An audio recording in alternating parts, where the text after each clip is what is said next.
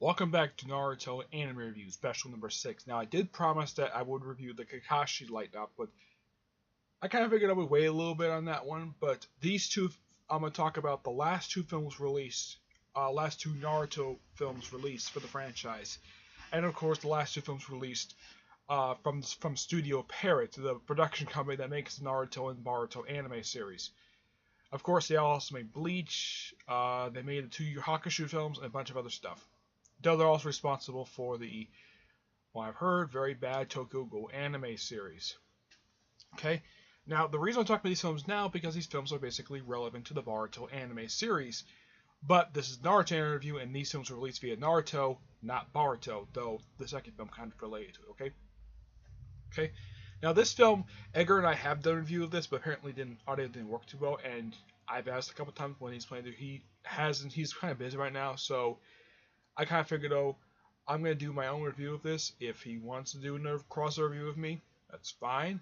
I don't mind talking about some of the stuff that's more than once. Okay? First up is the second to last film ever released for the Naruto film franchise. The Last Naruto, the movie. Though I should point out something before I talk about this film. Do look at Sasuke's eyes. He has a Sharingan and a Rasengan. In the film, his eye is not like that at all. Yeah, so basically, this film is partially a lie. And also, the fact that, he might play a role in this film? Nope. He shows up 2 times the whole film. His first time he shows up in the film, he saves Hinata's father's life. And the second time, he uses Chidori to destroy Meteor. That's it. That's all he does in the film. The other characters do a lot more than he does. And also, I should talk about Naruto's attire. Now, he does wear this outfit in the movie. I should point that out. Yeah, it's the right coat. As for the scarf, he only wears the scarf a couple times in the movie. First time is via a flashback when he's about 8 or 9-ish. Basically establishing the first time him and Hinata first met. And the scarf in the flashback was destroyed by 3 bullies who he saved her from. Basically, the flashback is just Naruto, basically how Naruto and Hinata met is kind of similar to how Naruto's parents kind of fell in love. Basically, Naruto saving her from something. Basically, in the case of Naruto's parents, Minto saved Kusurina basically from kidnappers. Naruto saved Hinata he saved her from bullies. Yeah. And the scarf in the flashback is destroyed, and Hinata spends most of the film trying to sew a new scarf. Apparently, she's been sewing this scarf for several years. Well, it's never stated exactly how long she was sewing it for. And she's about to give him the scarf as a present of her, love, a love present for him because she's in love with him. As a matter of fact, anybody who's read the Naruto manga and watched the anime knows Hinata has been in love with Naruto for years. Mia basically 10 to 12 years at most.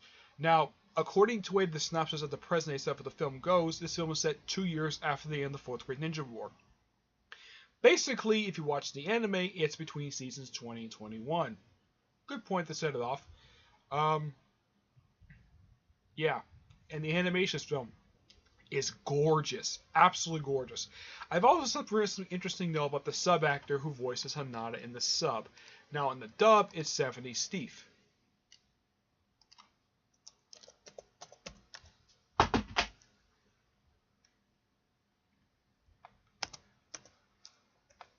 In the sub, it's an actress by the name of Nina Mizuki. That's how I think that's how you pronounce her name. She was actually very surprised that her character Hinata got so much attention in this very film. Now, out of the previous 9 films, the only time Hinata ever got this much attention, or at least had a big focus and big integral part of the plot, was only 2 other times. First, it was the second film, which is a film that she disappeared halfway through and gets captured. Never explain how. Another film was the film Will of Fire, where she played an integral part of the plot. This film was the first film since that particular film that she's played an integral part of the plot. Sai. Now, the other characters, Sai, Sakura, and Shikamaru, along with Hinata and Naruto, do play part in the actual film's plot. Kakashi doesn't do very much, but at least he's in the film. He's actually basically doing a very good job. I also should point out, though, out of all 11 films, this is the only one he's actually Hokage. Because at this point in time, he's the 6th Hokage. And by the time Naruto himself becomes Hokage, Kakashi had been Hokage for about 10 years. Yeah, basically he had been Hokage for 10 years. It's basically 2 years after he became Hokage. And the other Kages, there are 3 other Kages who do change by the time of the 10-year time jump. But Gaara is the one who actually stays in this position the longest. Yeah, he actually stays Kazekage for at least for 12, 13 years tops. Kakashi at this point is limited the Hokage for 2 years. Now, the reason why I bring this film about now is because the main villain in this film, let me look up his name. Let's see here. His name is, let's see if I can find him on here. His name is, he's actually a new character in this movie. Tonori Asagi. He's a descendant of the brother Sage Six Paths, which his name is,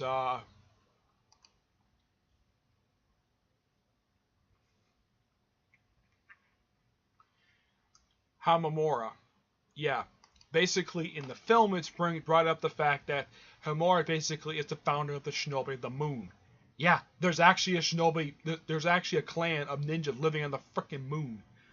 Which, when they have an actual fight on the actual moon surface, I'm like, how can these people even breathe on the moon? The moon has no frickin' oxygen. Well, I've asked a couple people about this, and it's kind of, now, they theorize that the reason why the people who breathe on the moon is because of the jutsu they know, and basically since jutsu is supernatural, they think that is the reason why that they're able to breathe on the moon's surface. That the power of chakra basically allows breathing on the moon's surface. Okay, fine. Now, pretty much the story of this film is that Tonori basically wants to use the moon to pretty much destroy the shinobi of the Earth Shinobi. Yeah. Also point out, though, out of all the films, this is actually one of 3 films Killer B himself shows up in. He also shows up in Blood Prison. He shows up for one scene. The Razakage, this is actually one of his... the Razakage, this is actually one of 2 appearances he makes in the films. The Mazakage, this is her only appearance in the films. And Okai, the Tazakage, also his only appearance. For Gaara, this is the first time since Will of Fire he's actually shown up. And he doesn't show up in that many films. He was in the second film. He was in Will of Fire. I'm trying to think, though. What else he was in? It wasn't the second film. It was the second film. He was in that one. He was also in this film and Boruto. He's in 5 of the movies, which out of the main, he's actually one of the few characters who appeared more than like 2 or 3 movies. Shikamaru, he appeared in the second film. He appeared in, I'm trying to remember. Let's see. He also appears in Will of Fire. Let's see. He also appears in Blood Prison. This film. Yeah, Shikamaru also appears in 5 movies. Sakura is, meanwhile, the only one of 2 characters who appear in every single film, along with Naruto. Yeah, she appears in all 11 films, though in the 11 films she doesn't do very much, along with the Time Tower film, which is the 4th film of the franchise, a film that she shows up for about 10 minutes. Yeah. Excuse me. Hinata only she shows up in most of the Shippuden era movies. I think she misses 1. Yeah, and that's the time travel film. But out of the 8 Shippuden era films, this is actually the 7th Shippuden era film. She only misses 1 film, and that's the time travel film. Yeah, that's the only one she misses. In the first film, Shippuden the movie, her appearance was nothing more than a cameo. And it's one of 2 films she does nothing. And that film is basically Blood Prison, where she shows up and has no speaking lines, just ain't taking part in anything. But in this film, she's an integral part of the plot because partway through the movie, or at least around like the hour mark, because this film is actually quite long, This film is an hour and 49 minutes, which makes it one of the longest films of the entire film franchise. Now, pretty much, at the start of the film, Hanada's sister Hibe is kidnapped by Tonori's forces. Yeah, her sister is taken from the Hyuga clan mansion, and while this is going on, Hanada basically is basically the first time people try to take her, and of course Naruto. Now, by the time of this film, Naruto, it's not mentioned if he's a Jonin or not. Now, in this film, it is brought up that Sakura is a Jonin, but as for Naruto, there's no reference what his rank is.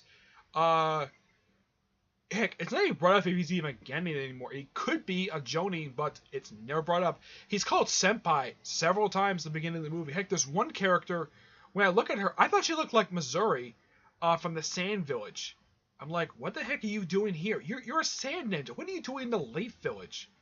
Yeah, it's quite bizarre, to say the least. Tamari herself shows up with Himgara's sister, except she's only seen in one scene. Tenten is practically the only other character who does show up in the movie, and she does nothing. She just stands around, does nothing. Ino shows up a few times, has some good dialogue. Her only known taking part in the plot is wearing the device that her father wore during the Fourth Great Ninja War. Basically, it's kind of like this headset that basically, because her clan basically is known for communication skills, along with their massive knowledge of flowers, that's what she does. Basically, she's the communications person. Rock Lee has one line, and he basically is used to take out Meteor. Yeah. And also, this film, when you see Naruto fight for the first time, I rose a couple of questions when I saw this fight. I'm like, okay, he uses Rasengan and Rasengan Shuriken. Now, in the case of Rasengan, I don't mind him using Rasengan, but why is it orange? Yeah, the film doesn't bother to explain this at all. And also, can't he not use Rasengan Shuriken when he's not in Shades mode? Basically, I thought, isn't even explained both in the manga and the anime, that if he's not using Sage mode, the Rasengan Shuriken actually heavily damages his arm. But because, my personal theory, the reason why he's able to use regular mode, because, well, his arm, which is bandaged up in the film, which they don't mention exactly why in the film, but during the course of the 20th season and of course toward the end of the manga, him and Sasuke basically got into a huge brawl in Final Valley, which cost them both their arms. For Naruto, it cost him his left arm. Excuse me, it cost him his right arm, and Sasuke lost him his left arm. And of course, Sakura basically healed them both. Though I keep thinking though, okay, she's probably thinking though, you guys should have just undo the dude shoes instead of doing this fighting. Yeah, I was kind of expecting, even the manga as well, basically because of their selfish desire to fight each other, she should have smacked both of them, like give them both a big hard slap. But nope, that didn't happen. And yeah, but yeah, that's the reason why Naruto is where it has the bandaged arm. But they don't state in the film per se. But the only reason I know that because I watched the anime. Now, the first time I watched this film was actually when I finished up the third season of the original Naruto series. But since I hadn't finished watching the actual anime itself, I kind of figured though I would wait again to watch this film.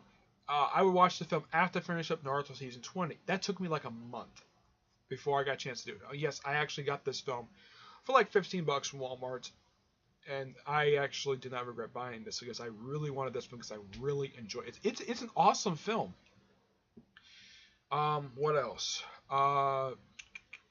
When it comes to this film. Now, there's this one scene in the film which some people thought was kind of awkward. It kind of is. Some people thought the romance in the film was awkward, but I didn't. When Naruto confesses to Hanada that he does love her,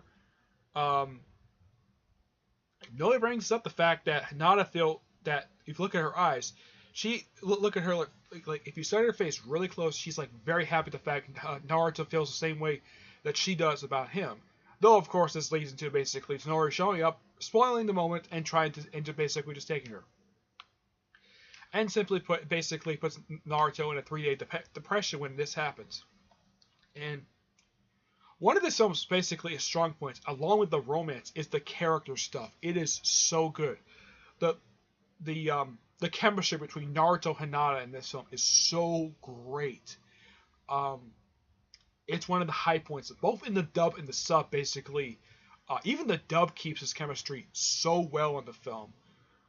Heck, there's even flashback to stuff that happened during the course of the series. Like there's a flashback to the tuning exams, which actually, the scenes that these are taken from, these are actually from season 3 of Naruto, and there's also a scene taken from the pain attack from season 8. When, of course, there's that one moment when Hinata confesses to Naruto that she is in love with him, but he kind of brushes it off, and of course, they're brought up again for about 3 years at most. Yeah. And of course, basically, Naruto kind of figures it out through the jutsu that, well, he has a thing for Hinata. And they don't speak about this for a while. And Sakura, meanwhile, basically, at one point, because he had accidentally left her behind, went behind to go get her because he went up, because he let her out of her sight. Basically, she threatened to beat the crap out of him. And one of the strong points I can praise for Sakura in this film is that she's a badass in this film. She actually destroys a lot of stuff. She destroys a lot of puppets, because Tori has a lot of puppets in his castle. Yeah, he's practically the only person who's actually alive in his castle, because his whole clan is dead. Yep, they're all dead. Oh yeah, and Tonori, the reason why he stole Hinata's sister, kidnapped her sister, because she wanted her eyes. And off screen, and thank God the sub did not show this, neither the dub, basically Tonori removed Hibei's eyes. And after, well, the first time Naruto actually kind of defeats Tonori, Hinata has this badass line where she says, before I leave, I'm taking back my sister's eyes. Though, in the dub, it's like, she says, I take back Hinabe's eyes. Basically, she does. Which, even some people kind of pointed this out, like, people just gradually just do eye gouging and it just, like, no problem. Despite the fact that this actually does not work. Like, the way they do it in the film, and it's like they draw it gradually, just put other eyes back in, when in the real world, this is actually impossible. Yeah. The Naruto franchise has a fetish for eye gouging. Excuse me. But I'm glad the fact that this is done off screen. But this is just an amazing film and great action piece. And the fact that you have pretty much a 5-person team, which is consisted of Naruto, Hinata, Sakura, Sai, and Shikamaru, who go to rescue Hibei. And the only reason why now initially Kakashi just had Shikamaru summon Sakura, Sai, and Naruto, but the only reason why Hinata is on the team is because she requests to be on the team, which makes perfect sense, that the fact that she's on the team. Now, if you watch this film without finishing watching the anime, you're like, where's Neji? Yeah, in the anime and manga, because they have reference in the movie, Neji's dead. He died during the war. He got killed in front of Naruto and Hinata. Now, when this film ends, basically, because it's been spoiled already, basically the ending, because this film was 3 years old, basically before the credits, basically after, like, the villain is defeated, like, it ends with basically Naruto and Hinata just running out of the portal, like, back to Earth, and because Naruto is using some energy to shoot them up in the sky, the film ends before the credits of Naruto and Hinata basically making out in the sky. That's how the film ends. Though, like every single film before, it does have a credit sequence and a post-credit sequence. The credit sequence is their wedding, which, yeah, the Naruto Shippuden anime tried to do this, but the series ended before they actually showed the actual ceremony. The series led up to it, but no ceremony. Basically, the images you see in here are the only way you can actually see it. Now, there's a post-credit scene which sets up the next film, set probably about 8 years in the future, 8 years after this film, where Naruto and Hinata are already married, and there's Boruto Hinwambi just playing around with Naruto while he's practicing. This is actually before he becomes Hokage, And it kind of looks like that Naruto and Hinata live in an apartment.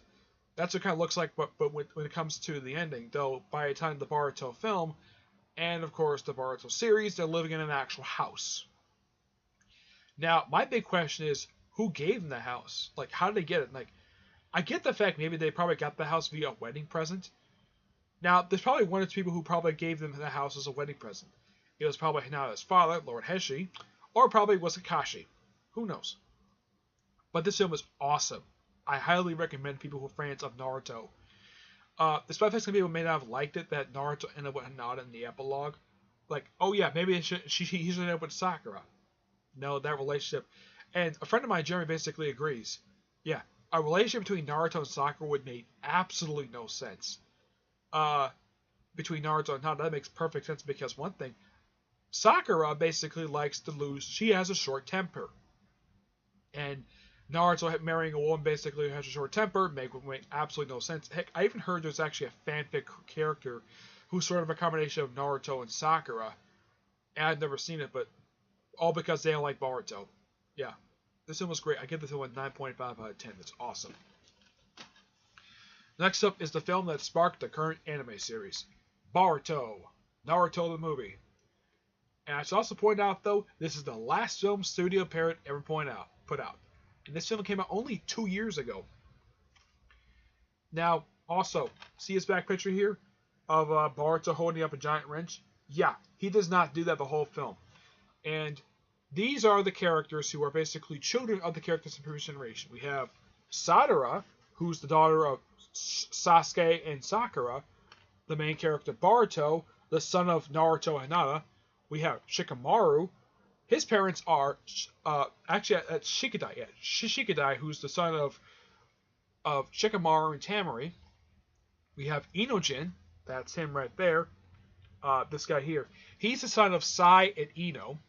And Chocho, the daughter of Choji and Kurai of the Cloud Village. Which, by the way, in the anime, those two never met at all. We saw everybody else basically had their relationship hook up, but not Choji. Nope, God forbid we actually show that. Yeah. Now, pretty much, by the time of this film, Naruto had been Hokage for a few years at this point. I'd say about 4 years. And there's also referencing here that Gaara does have kids. As for who the mother is, never stated. My guess is probably Missouri. That's my personal theory. Why? Because she's the only woman who had a thing for Gaara the whole entire series, so I would love it if it was actually her, but yeah. And also by the time of this film, it's also in the epilogue that Koritsuchi, I think her name is, Onkai's granddaughter. Yeah, she took over as Tazakage. Chochin, I think it's he's one of the 7 swords in the mist. He took over as the Mazakage, and I think his name was Jorn, I think his name is. Yeah, he took over as the Razakage after everybody else retired from their positions. Yeah. And in the Blu-ray edition of this film, it does have a short, which was the last thing of footage-wise, that last kind of thing that Studio Parrot put out aside from the Naruto anime last year. That was the day Naruto became Hokage. It's a 10-minute short.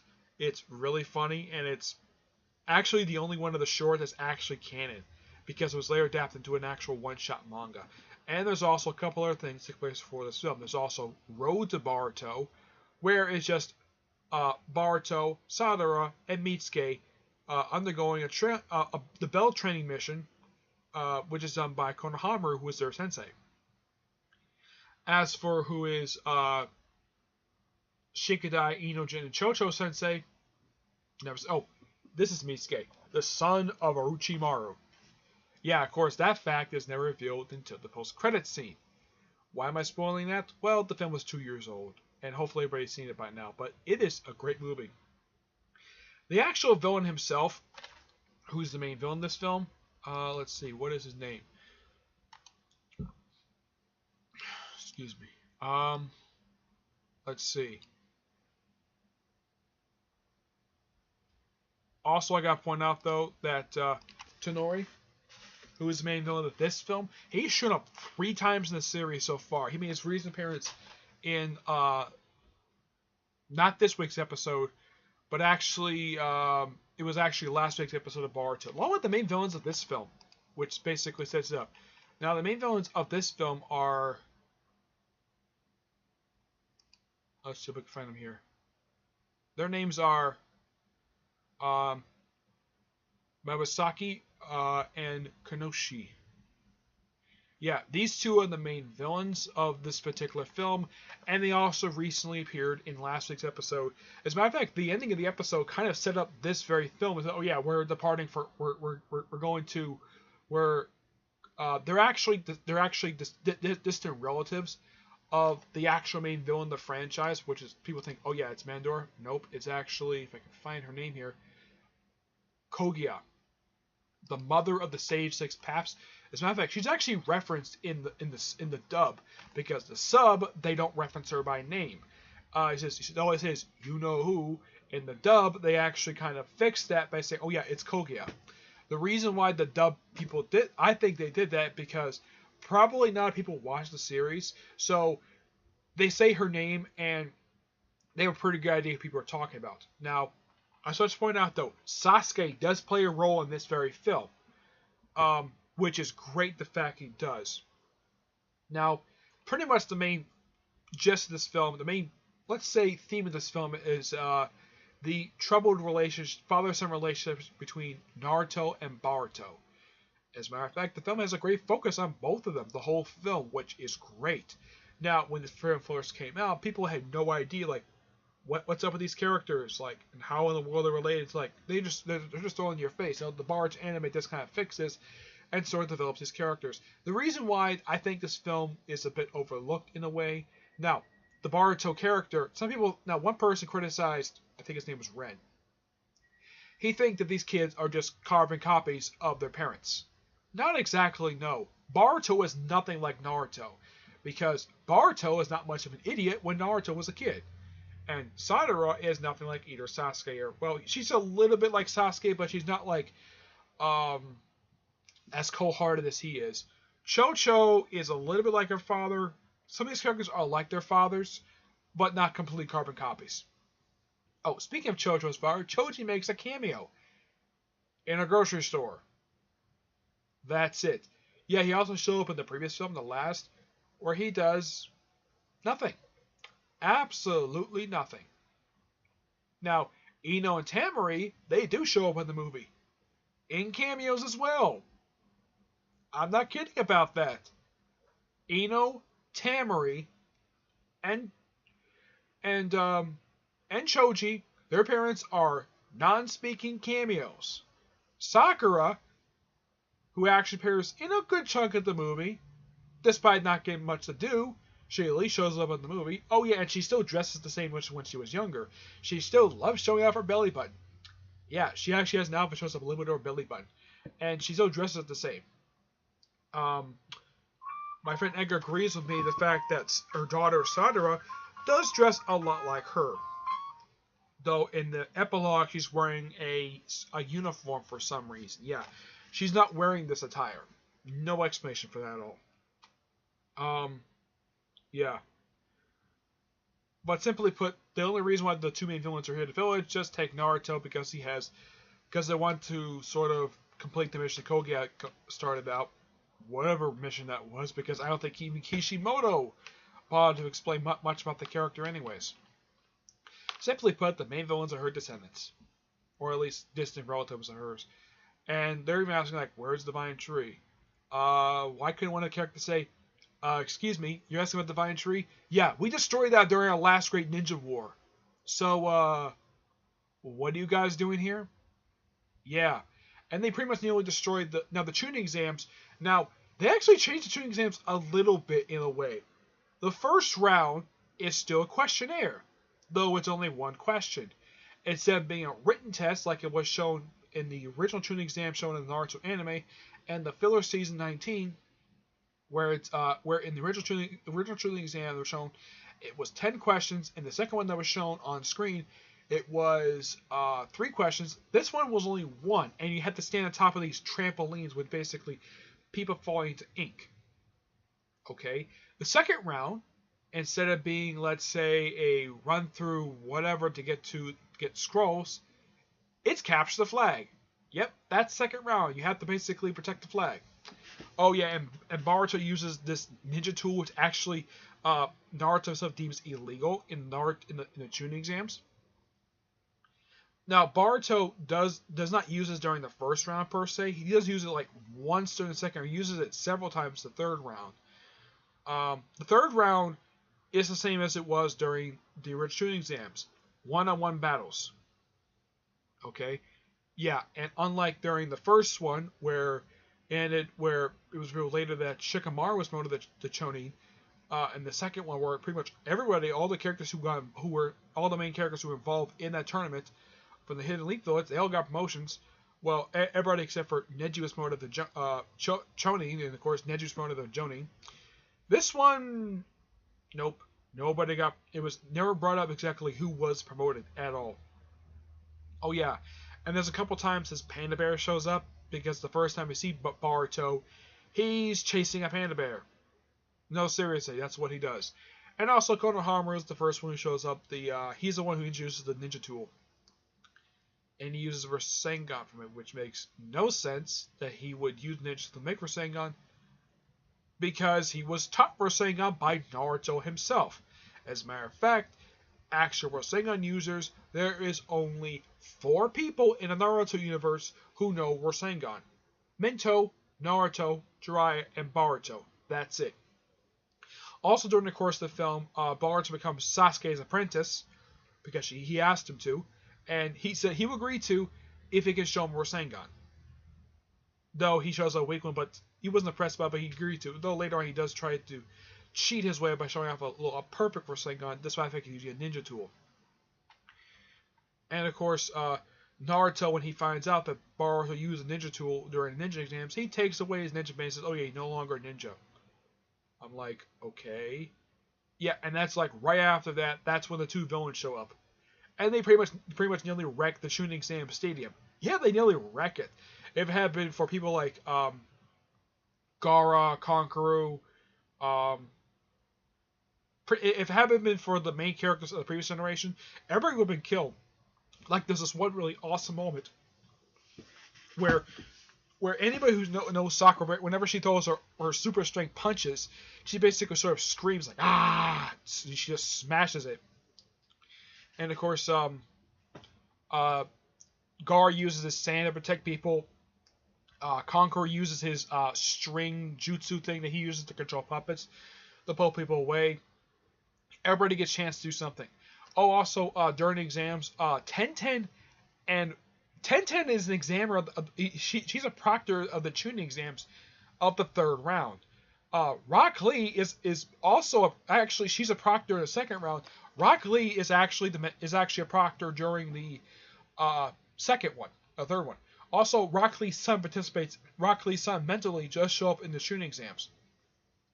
Oh, in case you're wondering, does the original character show in Boruto anime show this one? Nope. Probably because they had not been introduced yet. That's probably the reason why. But this film is just purely good for what it is, and also a really awesome moment in the film is when Naruto goes to the Kibe mode, and Boruto is like, when he sees, is like, "Oh, I did not know my dad was a badass." Yeah, he didn't know. But yeah. Also, when he first sees Sasuke in the film, he actually takes on the main villains in Kogia's palace, which I'm like, when did he find this place? Because it's never really stated, even the flashbacks in the filler for season 20, it's never stated exactly where this place is. Yeah, it's never shown on the map exactly where this place is. Somehow he finds it, and he fights the villains there briefly. Even though he tried best he can to try to make sure they didn't fall back to the village, somehow they got back to the village. Oh yeah, and also, these guys pretty much kill Killer Bee in the film. How? They took his chakra. They pretty much extracted all the chakra from his body, practically killing him. Though it's never stated he actually died, I just didn't like the fact that most of his fight just, well, they kind of fight him briefly and he gets defeated and he gets his chakra taken from him. implying that they might have actually killed him, but it's never stated. And it's implied they might have took Ado, the eight-tailed octopus, whatever kind of creature he is. He's one of the tail beasts. Kurama, he actually does show up with him. He's like there's this really funny line. It's like Naruto, Kurama, I hope he not out of shape after all these years. And he's like, and Kurama's like, I'm never out of shape. And because, well, there's not a time to gather enough like forces to go when Naruto himself was kidnapped, and it's mentioned off screen that Hinata herself tried to fight them, and she got injured. And Boruto basically, because he's kind of basically indirectly responsible for all this because he basically tried to cheat the ninja exams. Well, he takes up Ninja Tool, tosses it aside, and tries on. Also, it's shown a couple times of Naruto's coat from Part 1. Yeah, he still has it after all these years. And the first time he tries on, he just because he's mad at Naruto, he tosses it out the window. And this is really awkward scene when Huabi's basically it's her birthday and Naruto, instead of coming himself, he sends a Shadow Clone. No, seriously, he sends a Shadow Clone for her birthday party. At least he remembered. Which, you gotta praise him for that. But it's really dumb of him, he couldn't come himself. So he had to send a Shadow Clone, basically, and also the Shadow Clone because the fact that things have expired, it ruined her birthday cake, which was a fruit cake. Yeah. I don't know if I would try that cake or not, but who knows. But that was the first time that we saw the coat, and he just throws it out the window. And that also kind of leads into basically Boruto asking Sasuke to be his apprentice. The second time he actually tries that, and Sasuke talks basically how much he says like you look like a loser. Yeah, bringing up basically his past, and so basically they have so Eren goes on a rescue mission to rescue Naruto. So it just basically Sasuke, Boruto, and the other four Kage, basically Gaara, Chochin, Konichin, and Dorai. Yeah, they all go and rescue him. And nobody knows that there is a version of the Divine Tree in this dimension, which no one brings it up. It's like, oh, it's a divine. Viewers like, oh look, it's a Divine Tree.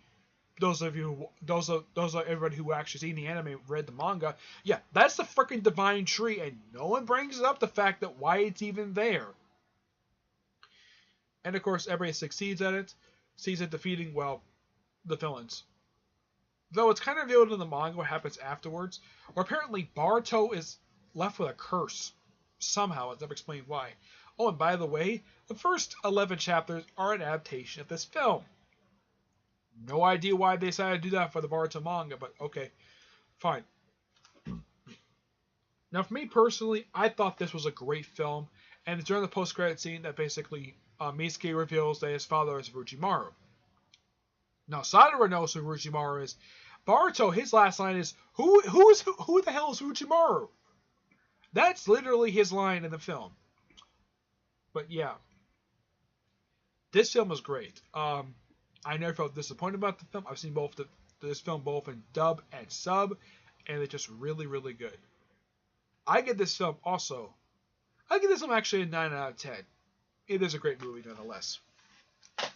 Okay, so that's it for this episode. Stay tuned for special number 6 when I get up to it.